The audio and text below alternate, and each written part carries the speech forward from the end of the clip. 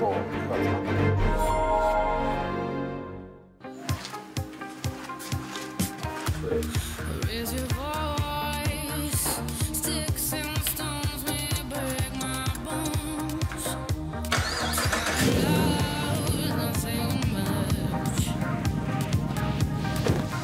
n'est pas tous les jours que la famille Hamilton fait rugir les 300 chevaux de leurs bijoux. Une Holden Director, un modèle rarissime, un des derniers fabriqués dans l'usine d'Adélaïde. Keith Hamilton a voulu se l'offrir comme un cadeau d'adieu à la marque australienne.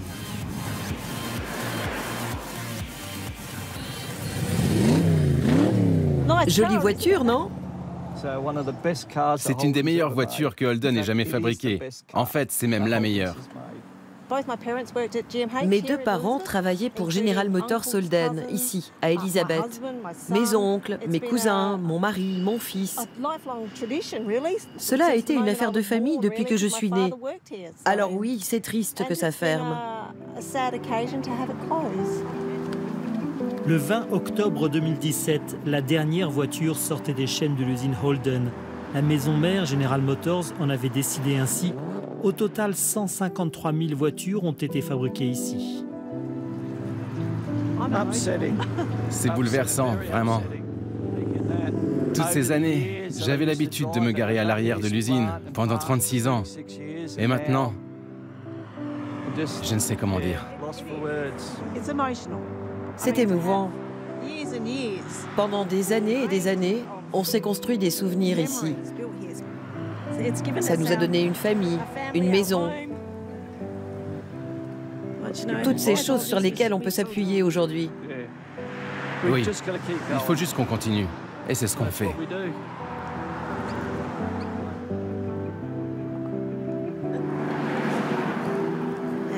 C'est émouvant. Dans les années 70, l'usine a employé jusqu'à 7000 ouvriers. Et depuis la fermeture, on y assure un service de reclassement. Bienvenue au centre de reconversion de Holden.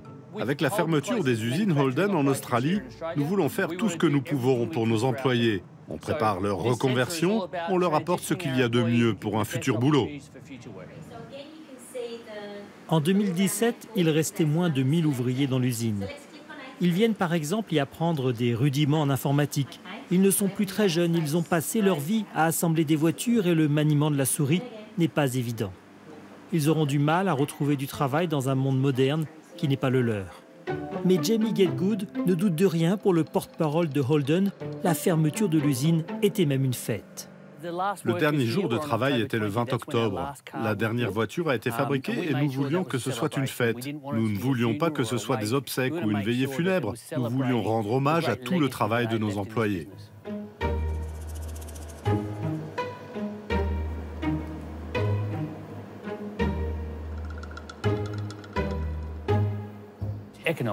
Économiquement, cela n'avait plus de sens de fabriquer des voitures dans ce pays. C'était dur, on a fait tout ce qu'on pouvait pour maintenir l'entreprise en vie, mais économiquement, cela ne tenait plus, même si le travail ici était de grande qualité.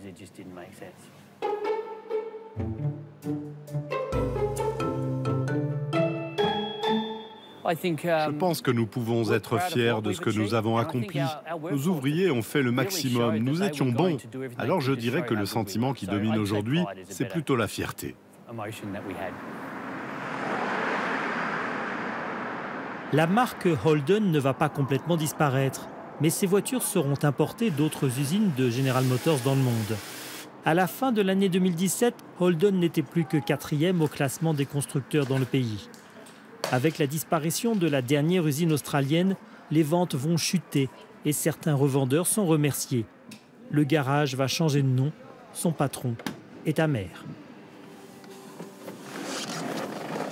C'est un beau témoignage de l'histoire de Holden. C'est fini en Australie aujourd'hui.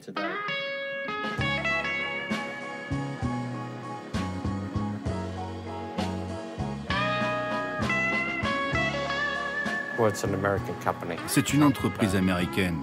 Pour Trump, c'est l'Amérique d'abord et le reste du monde vient après. Tous les Australiens sont victimes.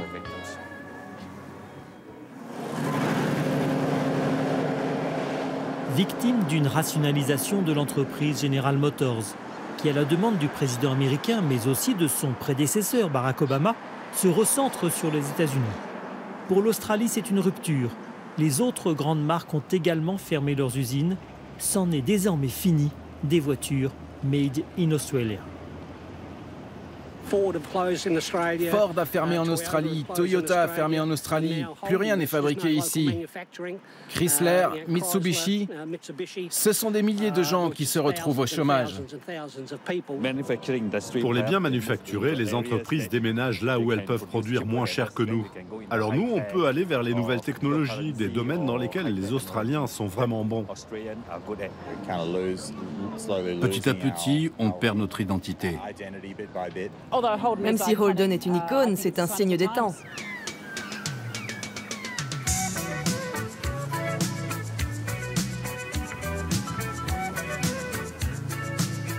La fin d'une époque, celle où pour découvrir et développer cet immense territoire au bout du monde, des migrants venus d'Europe étaient fiers de conduire des autos fabriquées sur place. Mais aujourd'hui, les voitures importées, principalement d'Asie, représentent l'écrasante majorité du marché.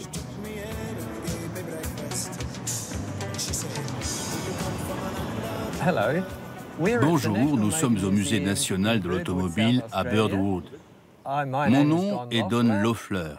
Je suis l'historien de la marque Holden et un grand ami de l'entreprise.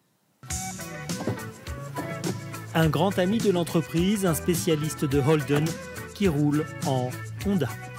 Ce qui est dommage avec cette voiture-là, c'est qu'elle est fabriquée en Thaïlande par des gens qui sont payés des cacahuètes.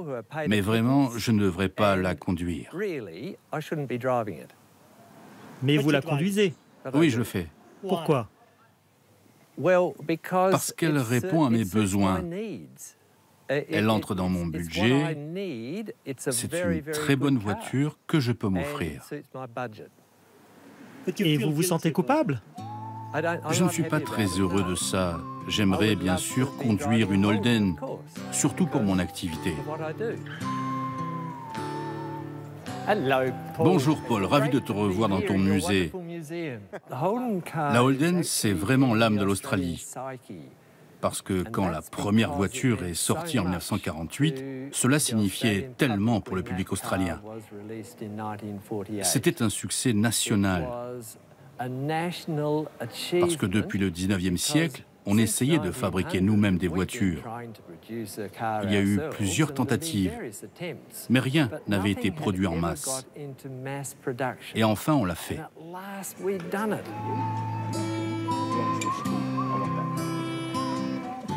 Ce sentiment de fierté remonte à l'après-guerre, quand le gouvernement australien avait fait de la création d'une marque locale, avec l'aide de General Motors, un des piliers de la construction de l'identité nationale de ce jeune pays.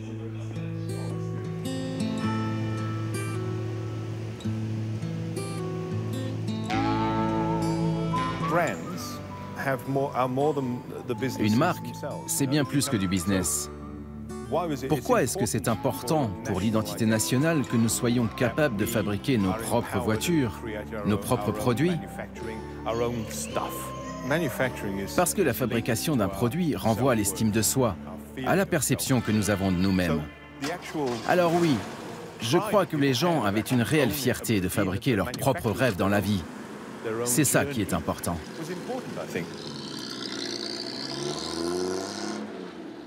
Australia, what's your favorite sport? Football. Snake? Ice. Animal? Kangaroo. And what's your favorite car, Australia? Dans les années 70, une publicité pour la marque avait imaginé ce slogan.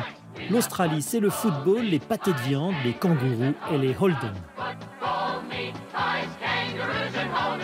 That's football, meat pies, kangaroos, and Australia's own car.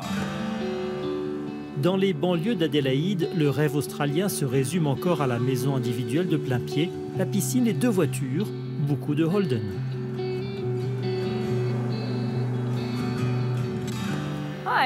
Bonjour, mon nom est Cara, bienvenue à Poraque, une banlieue d'Adélaïde en Australie méridionale. Nous sommes dans les banlieues nord, c'est le territoire des Holden, et moi, je suis une fan de Holden. Journaliste locale et passionnée par l'automobile, Cara n'aime pas que l'on réserve ce domaine aux hommes, comme elle n'accepte pas que son pays se retrouve aujourd'hui dépossédé d'une partie de son identité.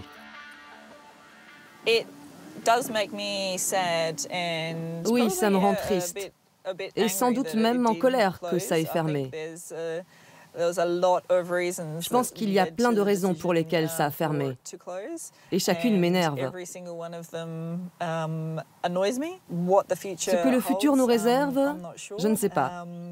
Ce serait bien si on pouvait encore fabriquer nos propres objets, pour nous, plutôt que de dépendre des autres à l'étranger, des pays qui nous inondent de leurs produits.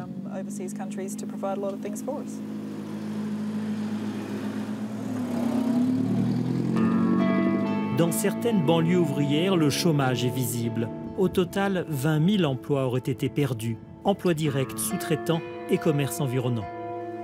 Il va y avoir une augmentation des cas de violence domestique, une augmentation de la consommation d'alcool et de drogue, peut-être même plus de suicides. Michael Evans est assistant social.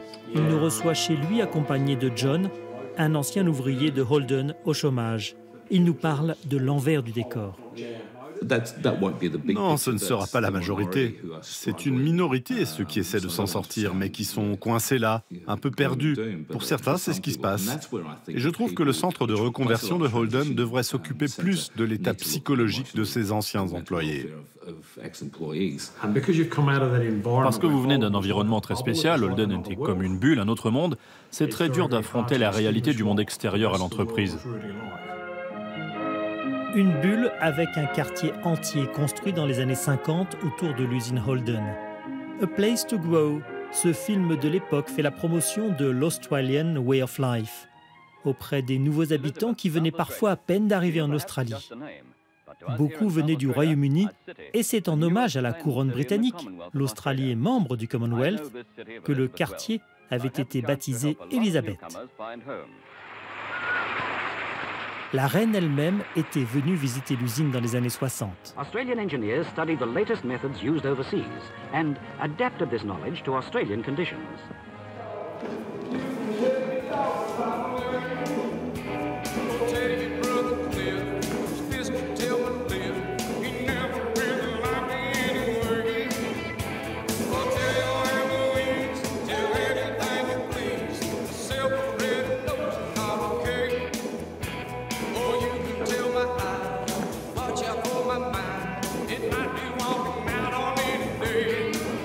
Des scènes dont se souviennent les retraités qui se retrouvent au centre communautaire d'Elizabeth. Ils viennent tous les jours pour y danser et partager un repas pour ne pas rester seuls chez eux. Beaucoup sont des anciens de chez Holden et certains vous parlent avec ce délicieux accent venu tout droit de la BBC. Tout était bien chez Holden, on avait de bons salaires, ils prenaient soin de nous. C'est triste qu'ils soient partis.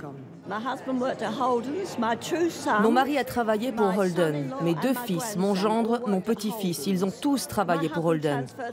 Mon mari avait été transféré de chez Vauxhall en Angleterre vers Holden en Australie.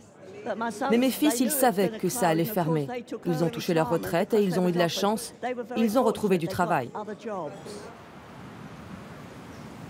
Si Keith Hamilton a osé s'offrir sa Holden Director, c'est qu'il a lui aussi retrouvé du travail.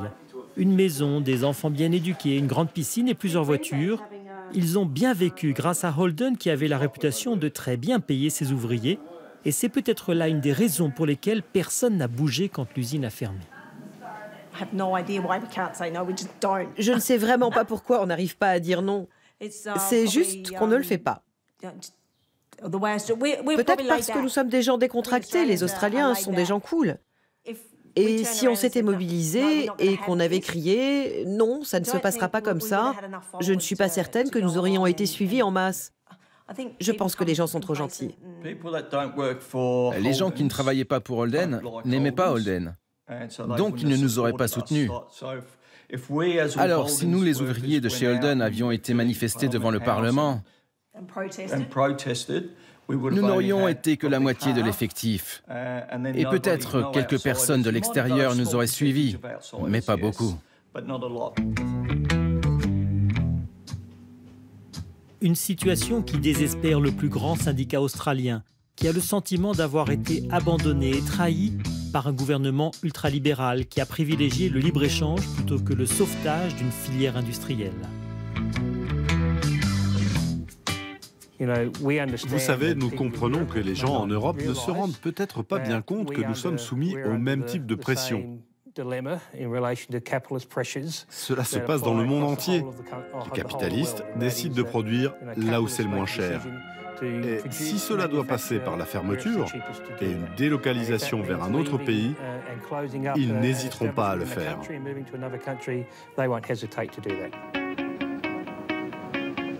Comment un pays aussi développé que l'Australie, héritier d'une tradition ouvrière venue du Royaume-Uni, peut se retrouver dans une situation aussi dangereuse de dépendance aux importations?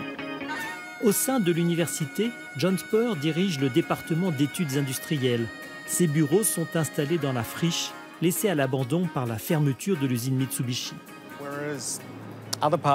Alors que d'autres régions du monde ont fait en sorte de maintenir une filière automobile jusqu'à aujourd'hui, l'Australie ne l'a pas fait. Ce sont des décisions politiques au niveau national. Cette idée que nous n'avons pas vraiment besoin d'une puissante industrie manufacturière comme l'automobile. La question a été posée en ces termes ici.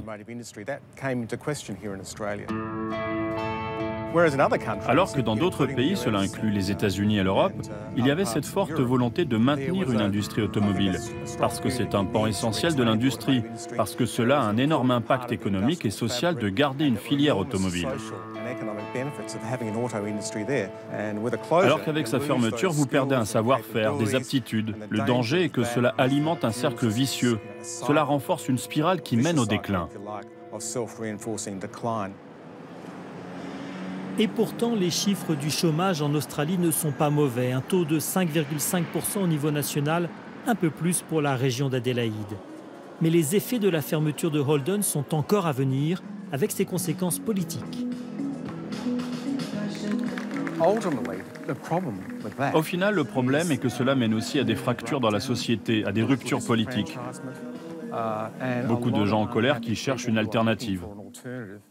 Vous voyez cela en ce moment en Australie. Il y a un mouvement de rejet des deux principaux partis politiques vers des candidats indépendants. Les gens cherchent désespérément une alternative. Ça ressemble à l'élection de Trump, dans un sens. Oui, c'est le même type de forces qui ont poussé les gens vers Trump. Face aux deux grands partis, les libéraux à droite et les travaillistes à gauche, il y a désormais des indépendants qui font campagne sur cette question de la désindustrialisation. Nick Xénophon est l'homme qui monte dans l'État de l'Australie méridionale. Il commence par nous montrer le parking situé derrière son bureau. 20, 22, 24, 26, 27 voitures sur ce parking et une seule fabriquée en Australie. Cela en dit long, non? Il y a 10 ans, environ 12% du PIB australien provenait de produits manufacturés. On est maintenant à 6%. Alors qu'en Allemagne, environ 22% de leur PIB provient de ces produits manufacturés. Elle a compris l'importance de ce secteur, les coopérations entre le gouvernement et l'industrie, les politiques de recherche avec les universités. C'est le modèle que nous devrions suivre, mais nous n'avons fait qu'exporter nos minerais. Nous n'avons pas pris la mesure du phénomène. Si la droite n'a pas défendu le maintien de Holden, à gauche, on se fait une raison. Élu travailliste, Tony Piccolo est né à Naples et toute sa famille a émigré pour travailler chez Holden. Et c'est peut-être cette mentalité du migrant qui retrousse ses manches et repart dans la vie qui explique aussi le manque de réaction. Si quelque chose ferme, vous avez deux options. Soit vous vous couchez, ne faites rien, soit vous vous mobilisez pour vraiment aider les gens. Nous, au gouvernement régional, on s'est mobilisés. Pour soutenir les gens, beaucoup vont retrouver des emplois. Nous aidons les nouvelles industries. Il y a des champs de croissance ici. Les Australiens sont connus pour leur capacité à s'adapter. Nous avons la réputation de continuer, même quand ça devient difficile. Comment continuer à fabriquer australien quand les salariés de Thaïlande, du Vietnam ou de Chine font la même chose pour moins cher? Le pays n'a que 24 millions d'habitants, un marché insuffisant à l'échelle du monde, et ces dernières années, la force du dollar australien pénalisait les exportations. Et pourtant, il y a des petites entreprises qui survivent comme Rossi Boots. Son énergique directrice du marketing mise sur le Made in Australia. Il y a toutes sortes de savoir-faire et d'emplois qui peuvent être maintenus ici. Nous réfléchissons sur ce qui peut vraiment passer par l'usine d'Adélaïde, comment nous pouvons maintenir la fabrication ici.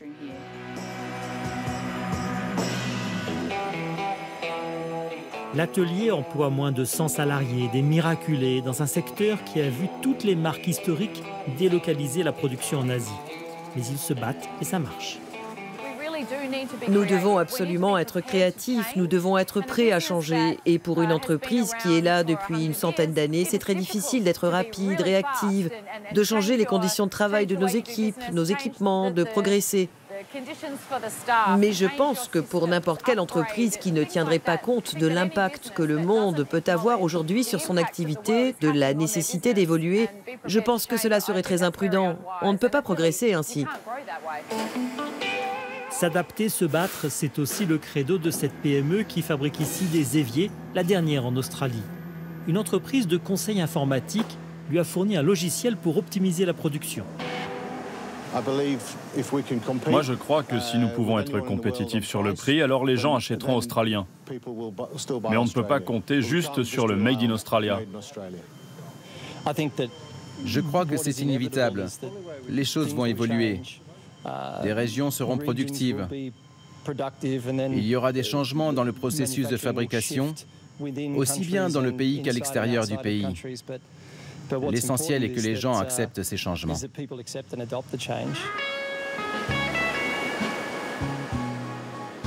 Mais il est difficile en Australie de se plaindre.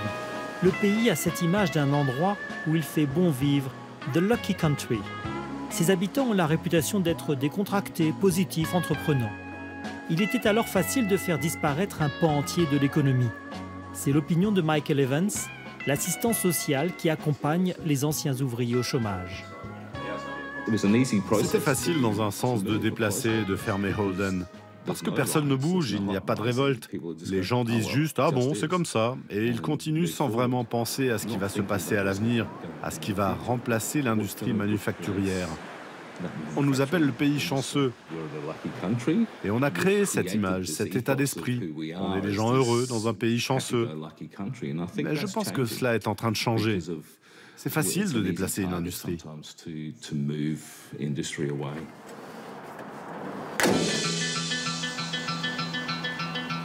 Et si les Australiens étaient victimes de leur caractère, de leur mode de vie? Après avoir migré au bout du monde, construit un beau pays, découvert les grands espaces au volant de leur Holden, exporté leur culture, les voilà tout simplement consommateurs. Bill est un jeune fan des Holden. Il se demande si finalement, ce ne sont pas ses compatriotes qui ont laissé mourir l'entreprise. Holden fabriquait des voitures que les Australiens n'achetaient plus vraiment, alors qu'ils auraient pu.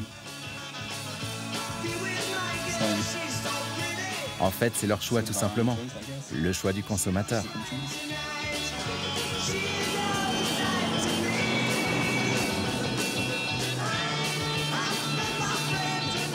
Une page de l'histoire de l'Australie vient de se tourner.